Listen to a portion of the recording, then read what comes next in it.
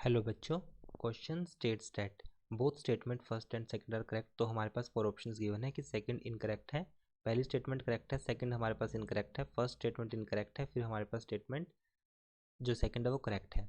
तो statement first कहती है कि अगर मैं स्टेटमेंट फर्स्ट को पढ़ूँ कि जो कोफिशिएंट ऑफ रेजिस्टिविटी होगी हमारे पास that is alpha of carbon is negative. Second, the resistance of the incandescent bulb is greater when bulb is switch on. तो फर्स्ट हम क्वेश्चन में सबसे पहले की कंसेप्ट को समझते हैं, की concept for this question. So as we know, एक सिंपली टर्म्स में अगर रेजिस्टेंस को समझे तो रेजिस्टेंस में be defined as rho l by a. So here resistance is directly proportional to resistivity. So if we write the equation for resistivity, rho equals to rho at temperature T, rho node initially जो resistivity होगी initial temperature पर 1 plus alpha delta T, where delta T is change in temperature, where alpha is the coefficient of resistivity. coefficient of resistivity जो alpha होगा हमारे पास वो coefficient होगा resistivity का। अब इन दोनों पॉइंट्स को देख के हम यहाँ पर बात करेंगे कि किसी भी, अब क्वेश्चन में कहा गया कि जो कार्बन के लिए, अब हमें पता है कार्बन हमारे पास क्या होगा, एक सेमीकंडक्टर 14th ग्रुप में लाई करता है, तो हम इसको एज ए सेमीकंडक्टर कंसिडर कर सकते हैं। तो उस कार्बन के केस में जैसे ही अगर हम टेम्परेचर को इंक्रीज़ करते हैं, टेम्परेचर को इंक्रीज़ करेंगे तो हमारे पास जो चार्ज होगा, चार्ज कैरियर जो होंगे हमारे पास वो इंक्रीज़ हो जाएंगे।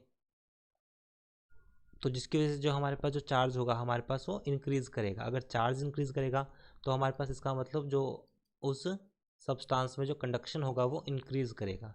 कंडक्शन ज़्यादा हुआ इसका मतलब क्या है, रेजिस्टेंस जो होगा हमारे पास वो डिक्रीज़ कर जाएगा, क्योंकि ज़्यादा कंडक्शन मतलब ज़्यादा करंट फ्लो, ज़्यादा करंट फ्लो मतलब रेजिस्टेंस कम। अगर रेजिस्टेंस कम हुआ तो हमारे पास जो रेजिस्टिविटी होगी वो भी कम हो जाएगी। तो जिसकी वजह से रेजिस्टेंस कम होने की वजह से हम बोलेंगे यहाँ पर जो कोफिशिएंट ऑफ रेजिस्टिविटी होगी मीन्स अल्फ़ा की जो वैल्यू होगी हमारे पास वो मीन्स ये वैल्यू डिक्रीज़ हो गई। अगर यहाँ से इस वैल्यू को देखा जाए हमारे पास, तो जो अल्फ़ा की वैल्यू हमारे पास बनेगी वो बनेगी rho t minus rho naught divide by, because equation थी rho naught 1 plus alpha delta t. यहाँ से rho minus rho naught equals to rho naught alpha delta t. तो यहाँ से जो अल्फ़ा की वैल्यू बनेगी वो बनेगी rho minus rho naught divide by alpha तो हम ऑलरेडी लिख चुके हैं, तो यहाँ पर आएगा हमारे पास रो नोड इंटू टी, रो नोड इंटू डेल्टा टी।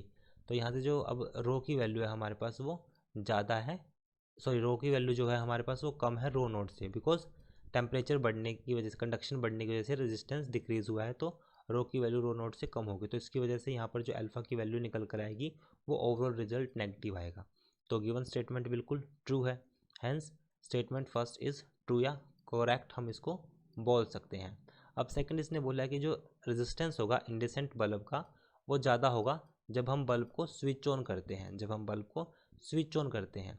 तो अब यहाँ पर अगर देखा जाए हमारे पास, जैसा कि हम जानते हैं resistivity means M L divide by N E square into tau. तो जो रेजिस्टिविटी है वो इन्वर्सली प्रोपोर्शनल है, tau is relaxation time, M is mass, L is the length, N is the number of charge per unit volume, is the electronic charge, tau is the relaxation time।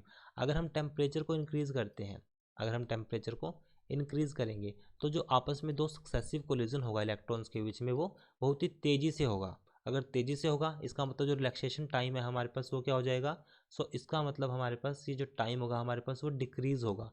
जैसे अगर बहुत ही कम, अगर मान लीजिए वो temperature को increase करने से वो बहुत ही फास्ट मूव करेंगे, फास्ट मूव करने की वजह से जो टाउ की वैल्यू होगी हमारे पास वो डिक्रीज़ कर जाएगी।